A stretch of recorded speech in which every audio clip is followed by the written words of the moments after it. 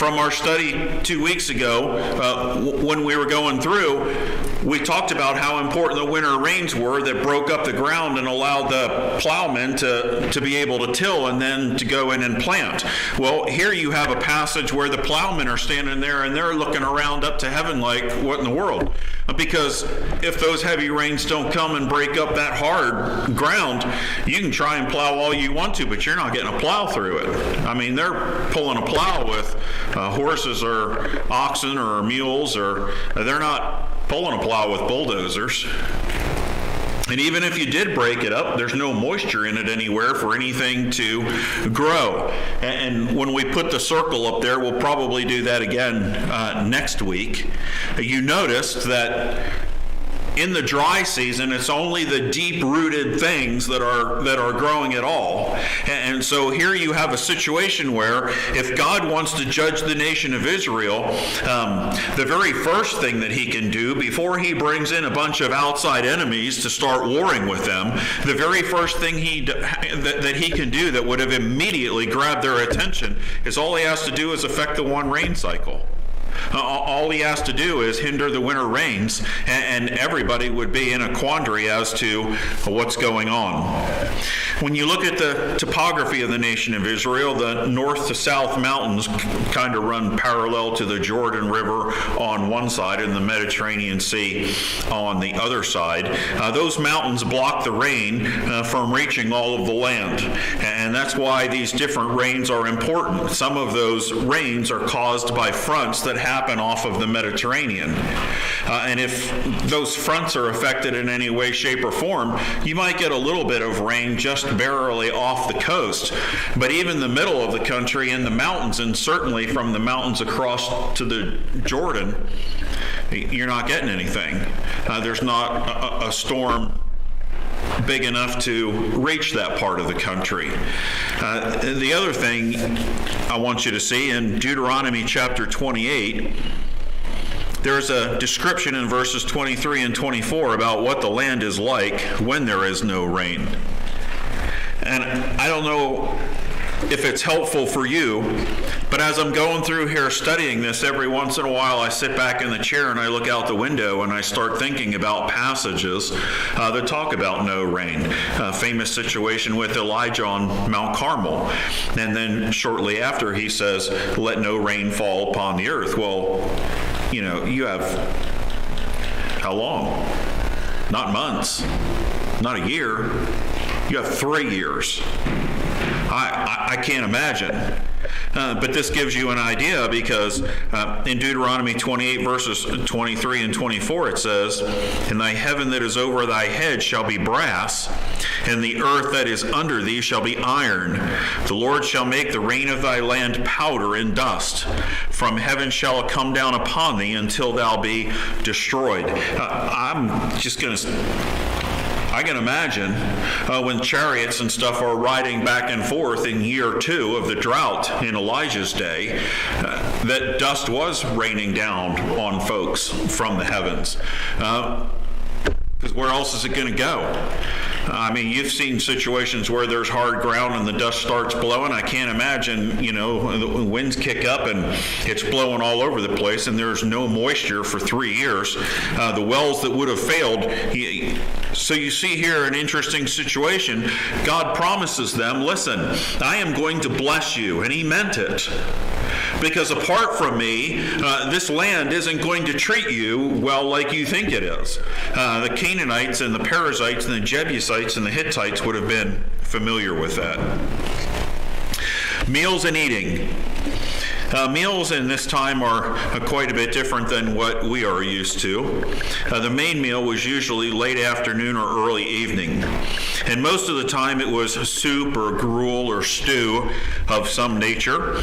Lentils, which are beans, vegetables, or foraged plants. Now, almost never meat for the average family. You had to be pretty wealthy in order to eat meat on occasions other than important feasts or banquets, or if you were showing something off. But in Genesis chapter 25, verses 29 through 34, Jacob and Esau, famous situation with the birthright. And you have Esau, and he has been out hunting. That's how you got meat most of the time. If you were not wealthy, you would go out and hunt for it, because it wasn't taking away from the stock of supplies that the family would use for milk and everything else. Why kill the cow to have a feast if you can live on its milk all year long? Pretty simple reasoning. And you'd rather have eggs from the chickens than eat the chickens. But then again, as soon as they stop laying eggs, no sense in them eating grain. You might as well eat them and find another chicken. Esau comes back, and he's been hunting for a long time, and he doesn't have anything to eat. He obviously didn't take anything with him because he came back hungry. And what is Jacob doing? Well, he's making pottage. That was a typical evening meal. He's cooking beans or soup or whatever it was, and he's stirring it, and his brother smells it from a ways off, and he is willing to sell his birthright because he's been out hunting and has not found much of anything to eat. In 2 Kings chapter 4, we see another example here, verses 38 through 41.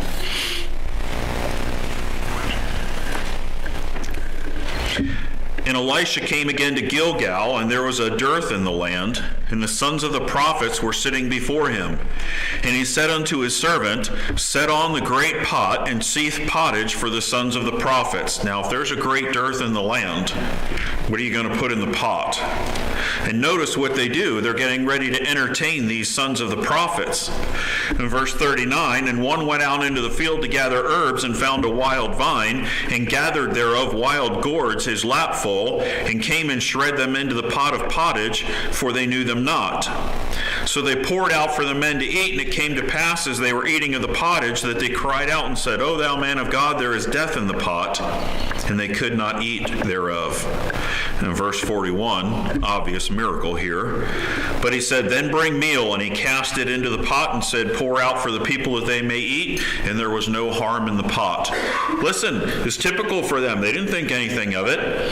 Put the great pot on. The sons of the prophets are going to come. This is kind of like a mini social occasion where we're going to entertain for them. They don't have much to eat. Times are tough. And so one of the guys just goes out and starts finding something to put in the pot. What kind of soup are you having? Potluck soup. That's what I'm having. What's in the pot? Lucky if you know, lucky if I know. Now, you find some gourds growing on a vine. He didn't know what they were, but you can eat them, right? Vegetable soup. That's what we're having. So he cuts up the gourds, chucks them in there, and doesn't realize it's a poisonous plant. Now, fortunately, Elisha just grabs a handful of meal, throws it in there. God does his thing, and they have unpoisonous vegetable soup. Very similar thing. In the summertime, their meal would change a little bit. They would eat a lot more summer fruits, the olives, the grapes, and the winter grain together with oil and wine and bread, and not at all uncommon for them to take bread and dip it in some oil or dip it in some wine. That was a meal. But again, you had to have enough grain to be able to bake bread. Meat was only for festive occasions or for a serious entertainment. If you were the king and you were putting on a big party for everybody, then you would bring meat and provide for them. When we get to it, that's one of the things that makes Passover so special. It's also one of the reasons why you have the interesting thing. If your household be too small for a family, then get the other household next to them and share a lamb. Well, it was a whole lot easier to share a lamb between two struggling families than it was for this struggling family to find a lamb and this struggling family to find a lamb. And it wasn't at all uncommon for 3 or 4 families sometimes to go together and eat a lamb.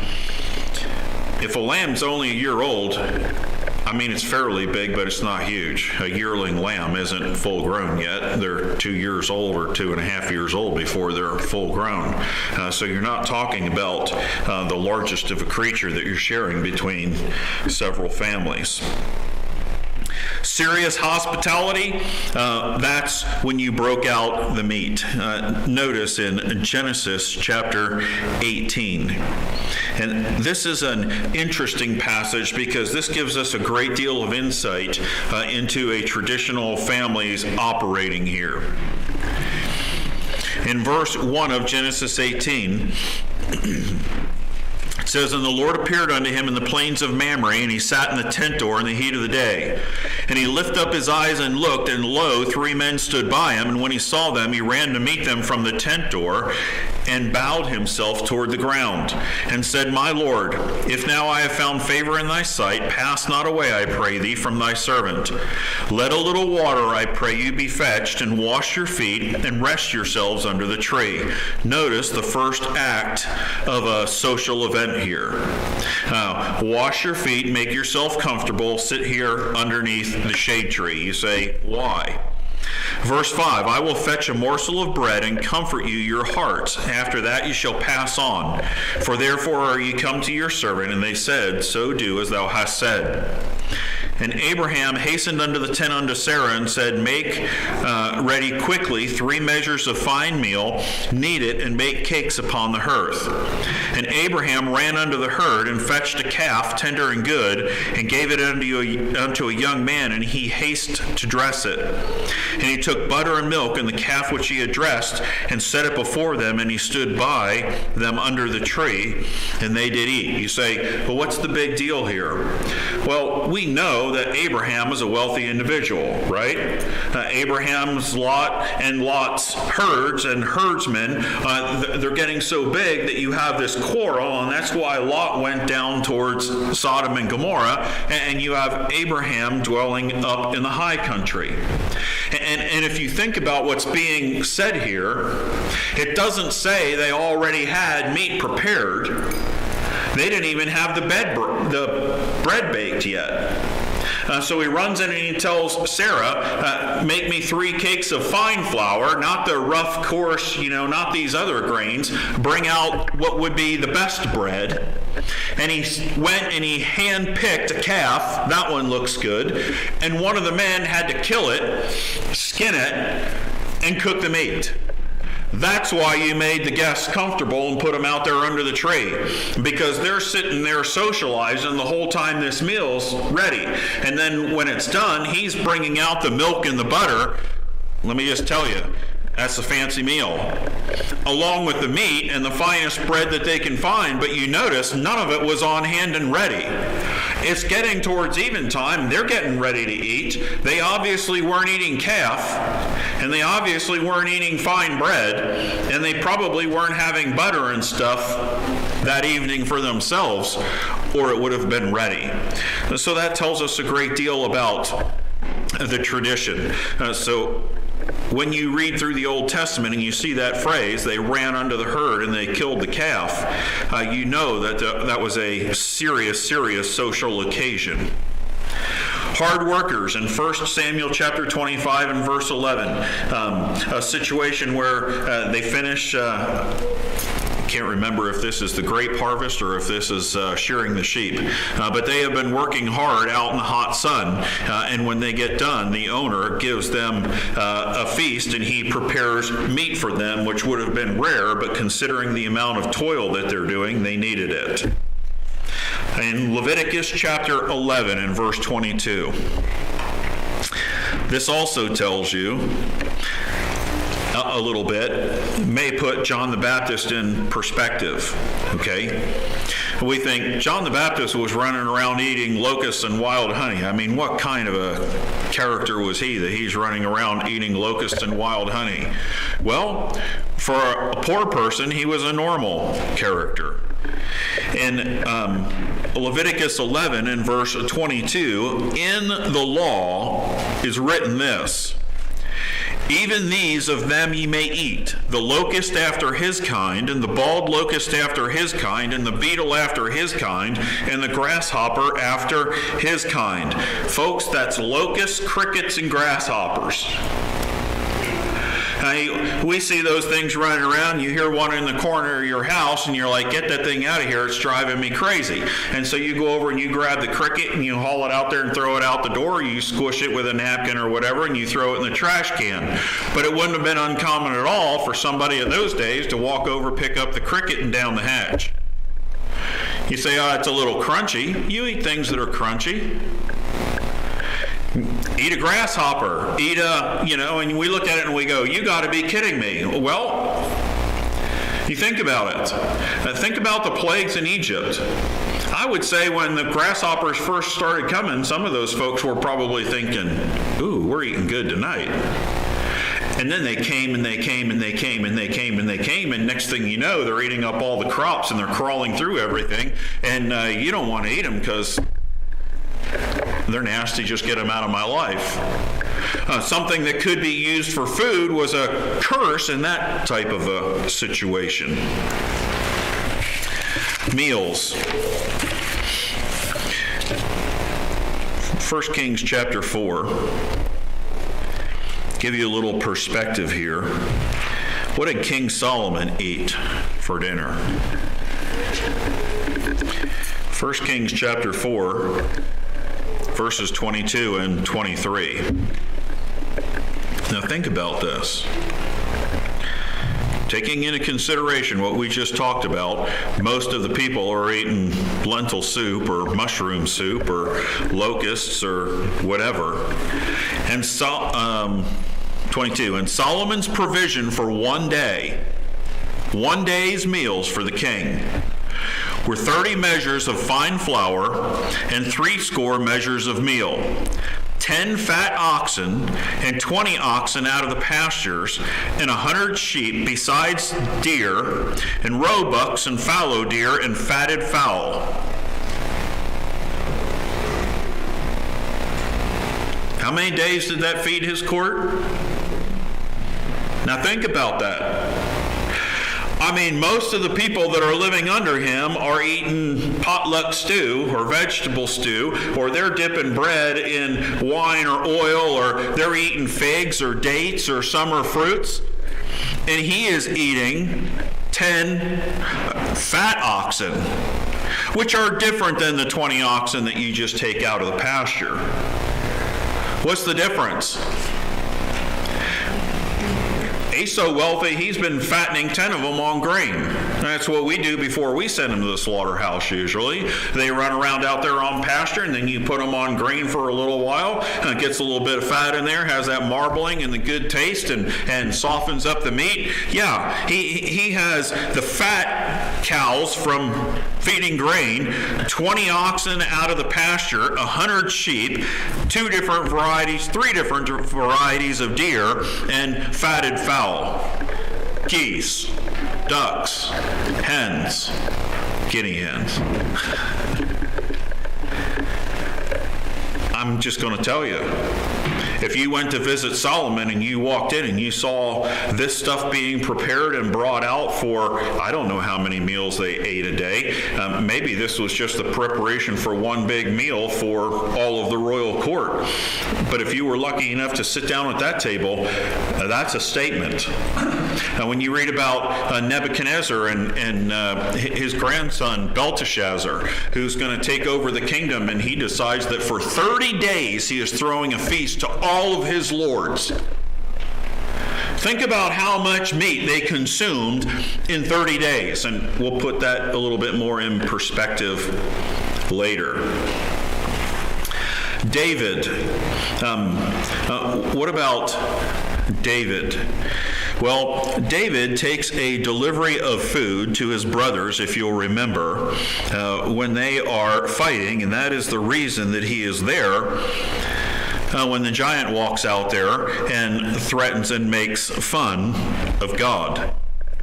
In 1 Samuel chapter 17, verse 17 and 18, I want you to notice that there's 2 different classes of people that are talked about here. Verse 17, and Jesse said unto David his son, take now for thy brethren an ephah of this parched corn, and these 10 loaves, and run to the camp to thy brethren. What are his brethren eating? Well, they baked them bread, and then he took them parched corn so that days later or weeks later they could do what? Bake more bread.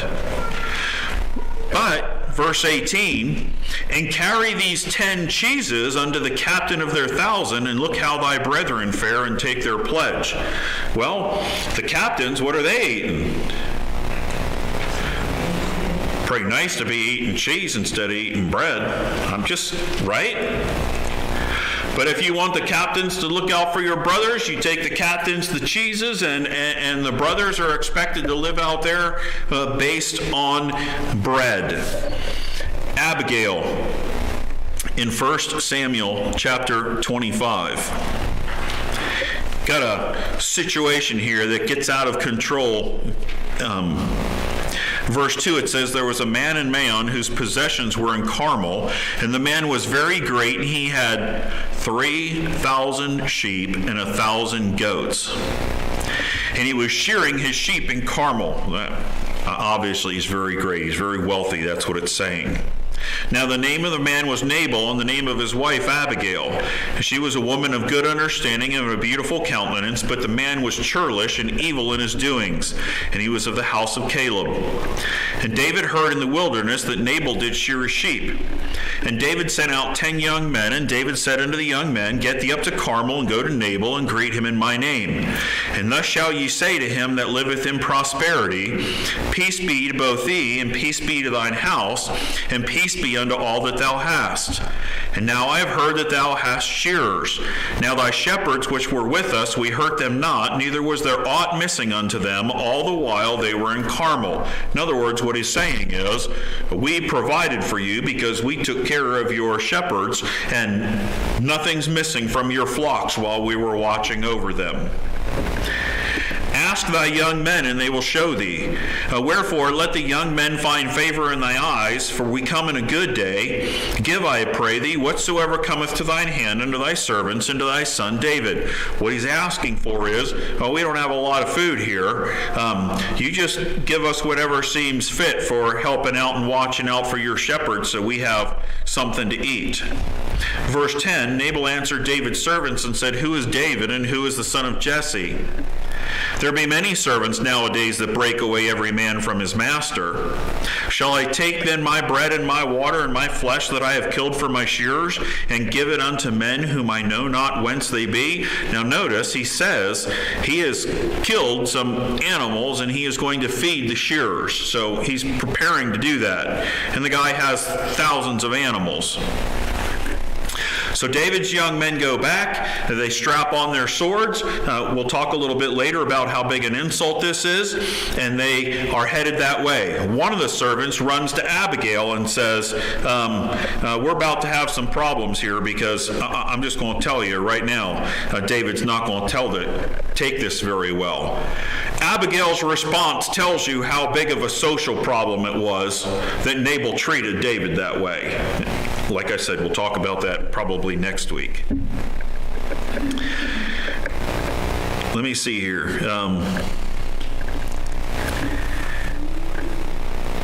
Where does it say it? 18. Then Abigail made haste and took 200 loaves and 2 bottles of wine and 5 sheep ready dressed and 5 measures of parched corn and 100 clusters of raisins and 200 cakes of figs, and laid them on donkeys. That's a meal.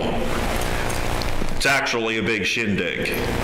It would have been a big meal just to take them the bread and take a little bit of fruit, but she throws in some nice fruit. We're going to send you some fig cakes, stuff that took time to prepare and was probably set aside for the celebration that's going to happen after the shearing of the sheep and after getting the harvest in.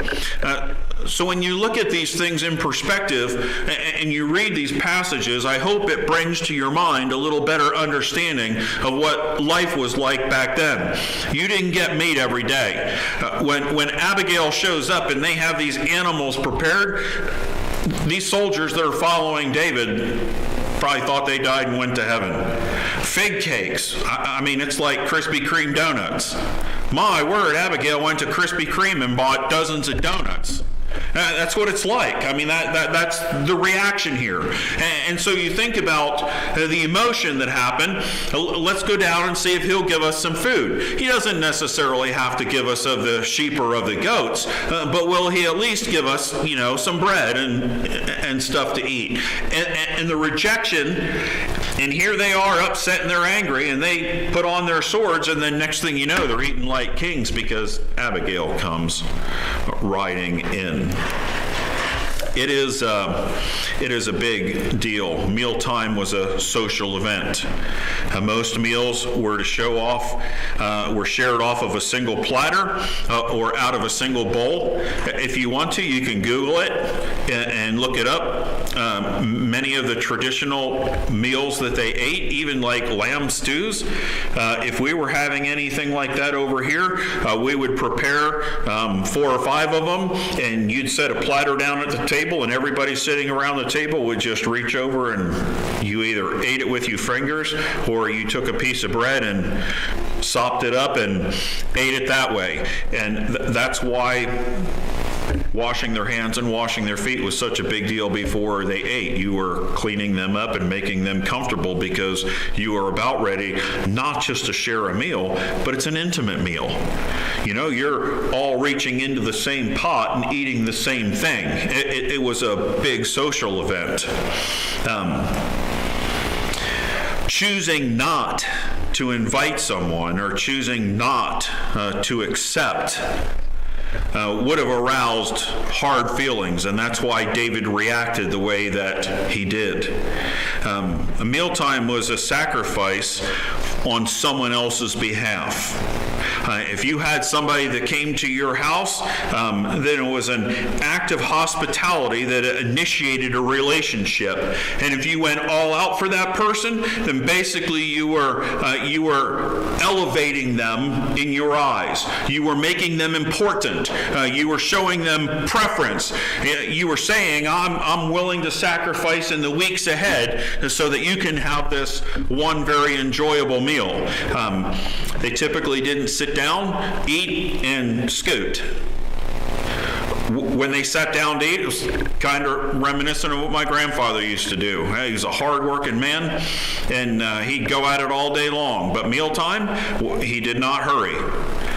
One time he was sitting there chewing something, and I was like, "Grandpa, are you done eating that?" He said, "You ought to thoroughly chew your food. Chew it 100 times.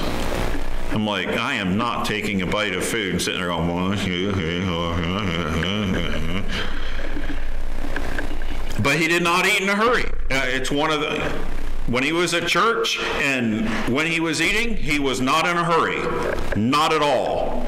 And when he was done, sometimes he would sit around for a little while, and you'd think, it's getting ready to rain, and we got hay we got to take care of. We need to get back out there. And Grandpa would sit there and drink water or drink milk and talk, and 45 minutes would go by, but then when he was ready to go, you better be running, because he was up and out the door. And that's the picture of mealtime for them. They were busy all day long trying to make a living, and when they came home at night, they were ready to rest.